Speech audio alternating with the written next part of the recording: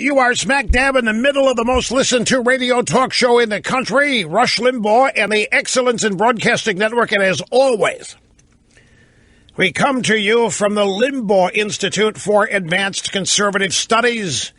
Happy to have you here. Telephone number is 800-282-2882 and the email address lrushbo@eibnet.com. For the second day in a row, I have this story. Hillary Clinton. People tell me they won't vote for me because I am a woman. Which is a crock. She wants us to believe that she's wandering around, walking around, whatever she does. She doesn't do much public appearance, or many public appearances.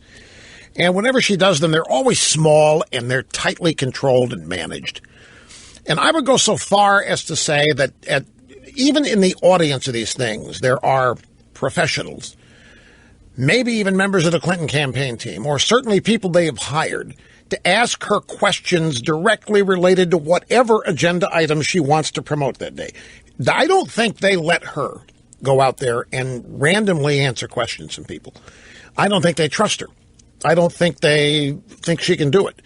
Everything's stage managed. Everything's tightly managed. You'll never see her do an event in an arena like Trump does. You will never see her do an arena or even a modified small arena like 1,200, 2,500 people. You'll never see her at a place with 10,000 people other than something like their convention, which is totally scripted and tightly controlled. And even as tightly controlled as things are, Mrs. Clinton wants us to believe that people come up to her on the rope line and say, you know, I really admire you. I really like you. I just don't know if I can vote for a woman to be. Who would say that? You know, what she's saying is that people admittedly come up to her and admit that they're sexists. Gee, I really like you, Mrs. Clinton. I just don't know if I can vote for. You know what that is? That is also an insult to every potential voter in this country. She's playing the victim card. She is acting like, oh, woe is me. I'm running at such a disadvantage because this country is still so bigoted and sexist that people still can't bring themselves to vote for a woman, even with people who think I am more qualified than anybody who has ever run. And she wants you to feel sorry for her. Have you ever known anybody? Let me ask you this. Anybody in your family, somebody in your circle of friends who has a personality tick, a quirk, they try to make people feel sorry for them? Doesn't it irritate you? And isn't the last thing you end up doing is actually feeling sorry for them? But they want it. Oh, they desperately want you to feel sorry for them. They may go so far as to beg for it by complaining about what victims they've been, how unfair things have been to them, how fair life is, the bad breaks they've gotten. And finally, after a while, you can't take it anymore. You shout at them, grow up. You know, it's called life. But here's Mrs. Clinton, an adult, how many times over? Actually walking out like a crybaby. But I don't believe this. I don't believe that there are enough people that come up to her and say, gosh, I love you. I think you're brilliant. I think you're so smart. I just don't know if I can vote for a woman. Are you kidding? That just doesn't happen. Just like she didn't have to corkscrew land going over to Afghanistan to avoid snipper fire, as she said. Sniper fire. Just like she wasn't named after Sir Edmund Hillary because he hadn't even climbed Mount Everest at the time she was born. Nobody had ever heard of him. There would be no reason for her to be named after Sir Edmund Hillary. She just totally made it up. Yeah, you know, people tell me all the time that they really, really, really like me and they really think I'm smart, but they just can't vote for me because they can't vote for a woman. This is in New York Magazine. He said this in an interview in New York Magazine. I mean, they come to my events and then they say that to me. She said that she thinks Americans are afraid that a woman's ambition would crowd out relationships, marriage, children, and family, and homemaking. Have we not dispelled that canard? So she's telling us, what she's saying is that people are coming up to her and saying, Mrs. Clinton, I really, really like you. I really admire you. I just don't know if I can vote for a woman because it would be unfair to you, Mrs. Clinton, because you wouldn't have time for your marriage. You wouldn't have time for your children. You wouldn't have time for your family. You wouldn't have time for your homemaking, Mrs. Clinton, because you'd be so busy being president. I just don't know if I could vote for you. That'd be such punishment, Mrs. Clinton. I don't know if I could condemn you to that kind of miserable life, Mrs. Clinton, by electing you president. Look at all that you would miss. This is a woman stuck in a time warp. What would you think, Snerdley? Wellesley College, circa 1971. Holy smokes. This is why the more she opens her mouth, the worse it gets for her. And then there's this. UK Daily Mail, an increasingly reliable publication. I think the Daily Mail is great. The Daily Mail has stories going on in this country that the media here never touch. Plus, if you love gossip, there's nobody better. The Daily Mail gossip. Wendy, you should check it out, because there's nothing better.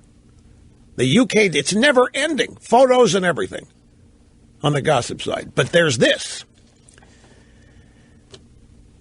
FBI agents investigating the death of Vince Foster found that Hillary Clinton triggered his suicide when she attacked and humiliated him from their former Rose law firm in front of other White House aides a week before he took his life. Hillary triggered the suicide of Vince Foster when she attacked and humiliated him in front of White House staff 1 week before his death. This is according to FBI agents. Vince Foster shot himself with a .38 caliber revolver at Fort Marcy Park along the Potomac River July 20th, 1993. I happened to be in Israel at that time. A week before his death, the First Lady, Hillary Rodham Clinton, held a meeting with Foster and other aides to discuss her proposed health care legislation. Hillary violently disagreed with a legal objection Vince Foster raised and ridiculed him in front of his peers, say former FBI agents. One of the agents is even named Coy Copeland. Former FBI agent Coy Copeland said Hillary put him down really, really bad in a pretty good-sized meeting. She told him he would always be a little hicktown lawyer who was obviously not ready for the big time. You have failed us, Hillary told Foster, according to former FBI agent Jim Clemente. Foster's behavior changed dramatically afterwards. He became withdrawn and preoccupied, and his sense of humor vanished. Ronald Kessler, the former Washington Post and Wall Street Journal investigative reporter, New York Times bestselling author of The First Family Detail, Secret Service agents reveal the hidden lives of the presidents and the secrets of the FBI. So it's actually a Ronald Kessler book / story that the UK Daily Mail has picked up on. You won't see this at ABC, CBS, NBC, New York Times, Washington Post, USA Today, LA Times, and take your pick. Named FBI agents said Hillary Clinton drove Vince Foster to suicide.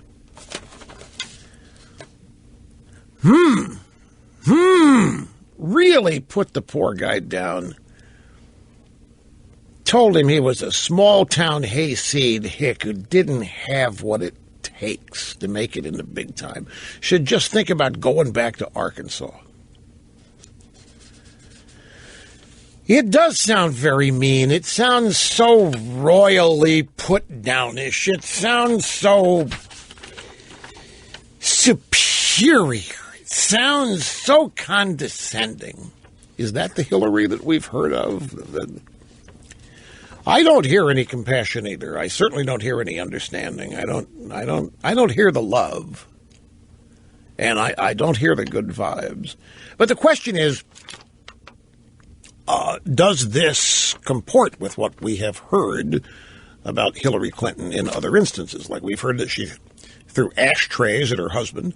We've heard that she was disrespectful of both the uniformed military personnel of the White House and Secret Service. We have heard she had condescending attitude. What's wrong with being what?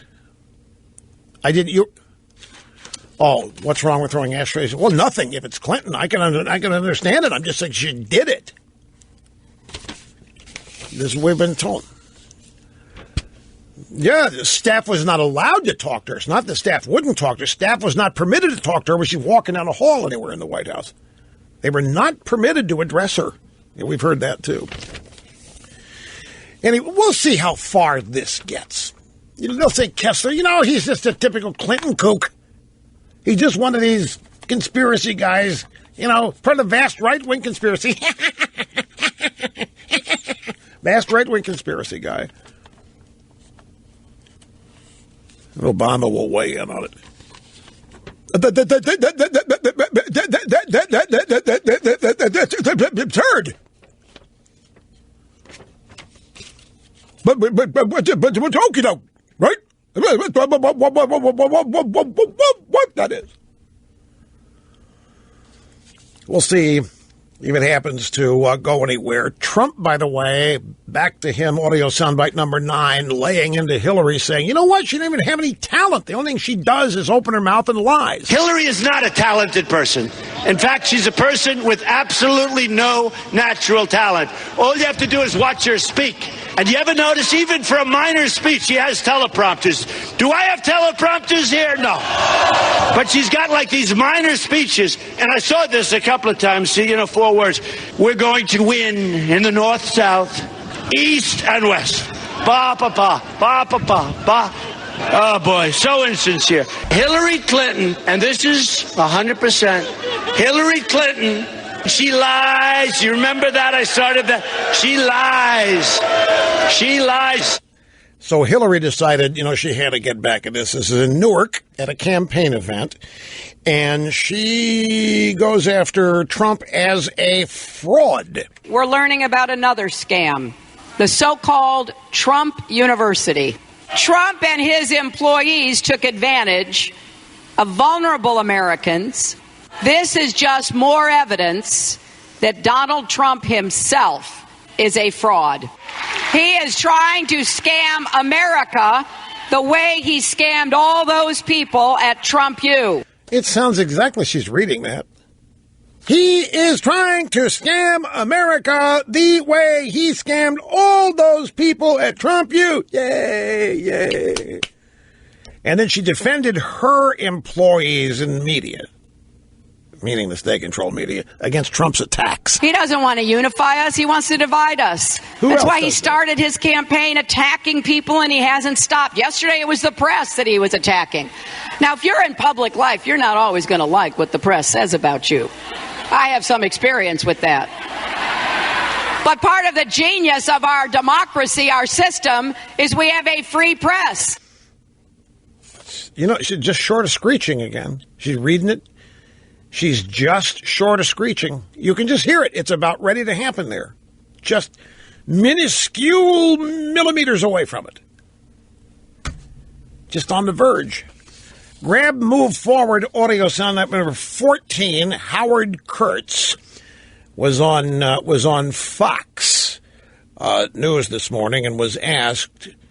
He said Donald Trump calls her crooked Hillary over and over again. Can she out Donald Trump? You think? Can she out insult Trump? It will be hard for her to win an insult war with Donald Trump. The media bears some responsibility here. Trump makes more news. There was an incident last week where Hillary Clinton gave a speech to a union group in Las Vegas. None of the 3 cable news networks carried it live, but they all had pictures up of an empty podium in Bismarck, North Dakota, and the banner said awaiting Donald Trump's speech. And that was considered more newsworthy than an actual speech by the presumed Democratic nominee. Yes. We have to be careful that we don't appear to be tilting by doling out the media oxygen too much to one candidate in this race. Come on. Howard, you should have stopped before the last sentence. We in the media, we have to be careful that we don't appear to be tilting by doling out the media oxygen too much to one candidate.